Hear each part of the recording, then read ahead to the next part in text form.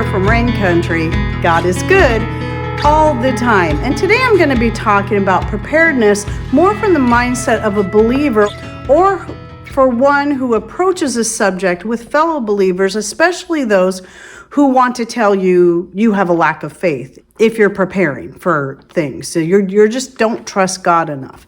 And so that's the question. Is being prepared, is living the way that people just once used to live, that was a normal way of life, by putting up food that they grew in their own gardens and so on, and having a little bit of savings tucked away in an old coffee can up in the cupboard or something. Does living that way mean that you have a lack of faith?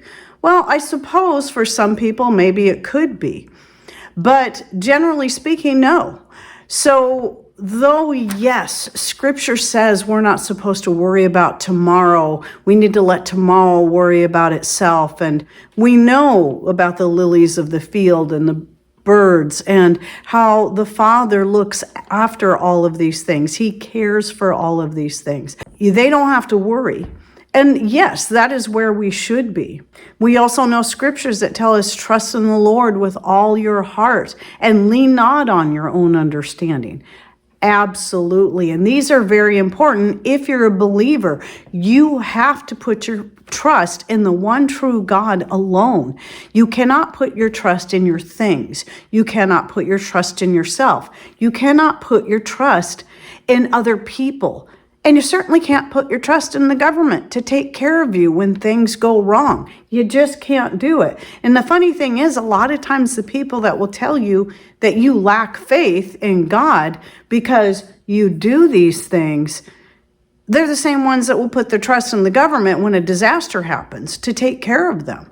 And so, there's a lot of hypocrisy involved there. But both of these things can exist simultaneously in a believer. We can put all of our faith and trust in God, but also be prudent, because Scripture tells us to be prudent. The prudent man foresees the evil. We know that Joseph and Noah were instructed to put up for the hard times that were to come. God didn't come down and fill the silos. He didn't come down and build the ark. These men were faithful and obedient to follow through on what they were instructed to do to prepare. And then we have in the Proverbs 31, we have the woman who she doesn't worry about the snow in winter because her family is clothed. She makes sure that they have clothes, that they're prepared, that they're going to stay warm in the winter. So it's definitely also scriptural to be prudent and to foresee the evil, or to foresee the hard times, and to be diligent with the things that He has gifted us with, whether it be our talents, whether it be the amount of funds that we have, whether it be the amount of property we have. These are the things that He has given us. And so we need to be able to be responsible with those things and responsible for ourselves and our family, rather than just laying back and doing nothing and expecting to just be spoon-fed everything. So there is a balance there, just like with anything in life. We can't live in fear of the future, but we shouldn't have to. If our trust is in God and we're also being diligent to put up what He has blessed us with, there should be no fear of the future either way. And then we also know there's the story, another one that tends to come up. Well, what about the man that kept getting more and more stuff and bringing more and more things, and so he built bigger barns, and then God took his life that very night? It's just like anything else, it needs to be read contextually. This was about pride and greed that were standing in the way. It's not that it's wrong to have a barn full of food and supplies.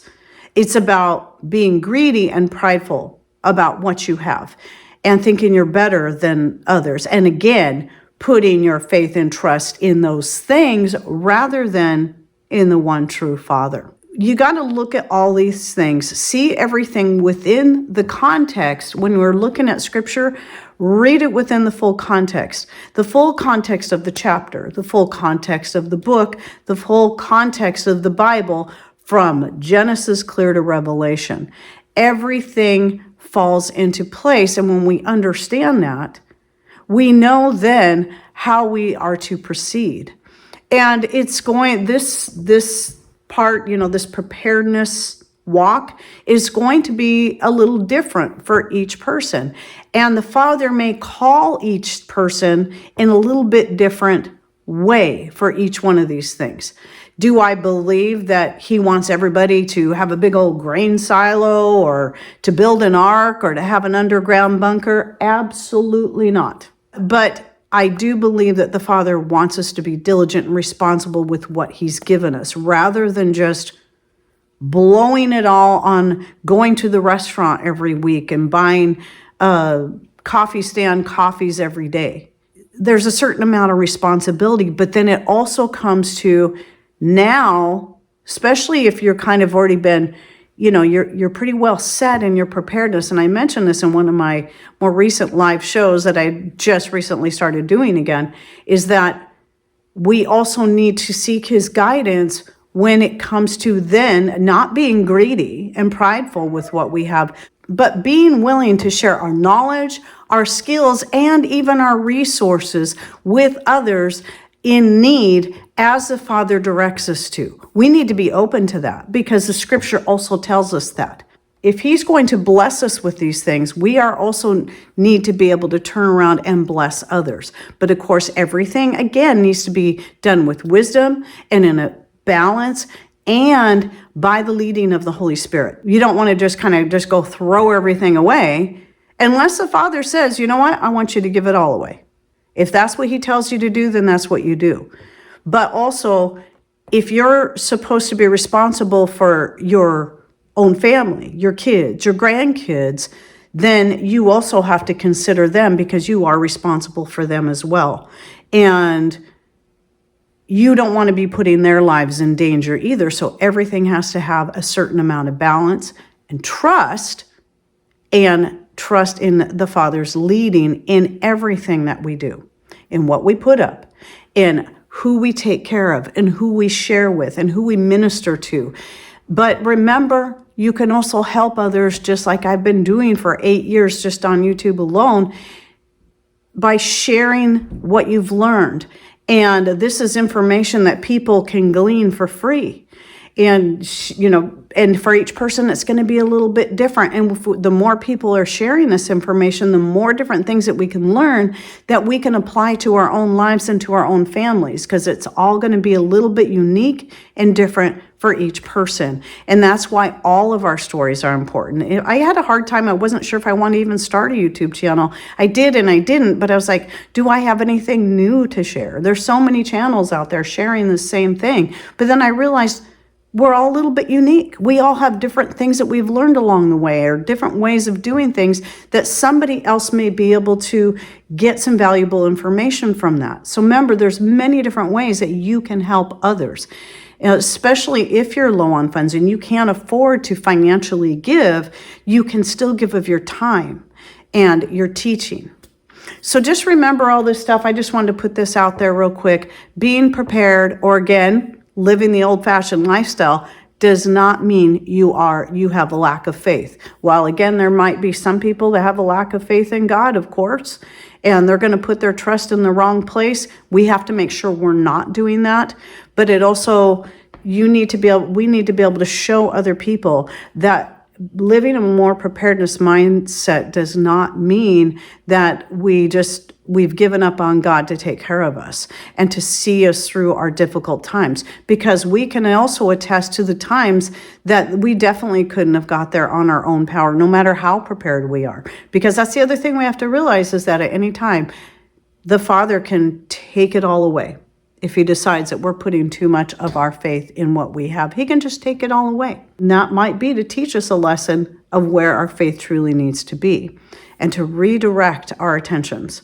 So anyway, I hope this made sense. And again, this was kind of directed more towards believers, but even if you are not a believer and you don't believe the Bible, you don't believe in the Father, I hope this was still some sort of encouragement to you if you decided to stay and listen to this video.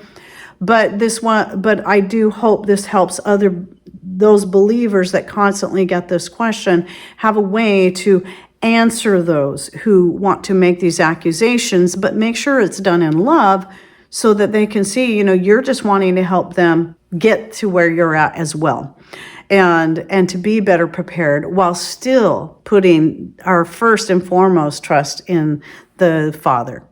All right. Well, if you'd like to see more videos on preparedness, I have several different preparedness playlists. I'll link to at least one of them down below, maybe several, and you can check those out, see what we've got. I got the whole testimonies playlist going on and a few other things. So I'll put those in the description box. You can access that by clicking on more, show more, somewhere down here below the video screen. And thanks for watching. Take care and God bless.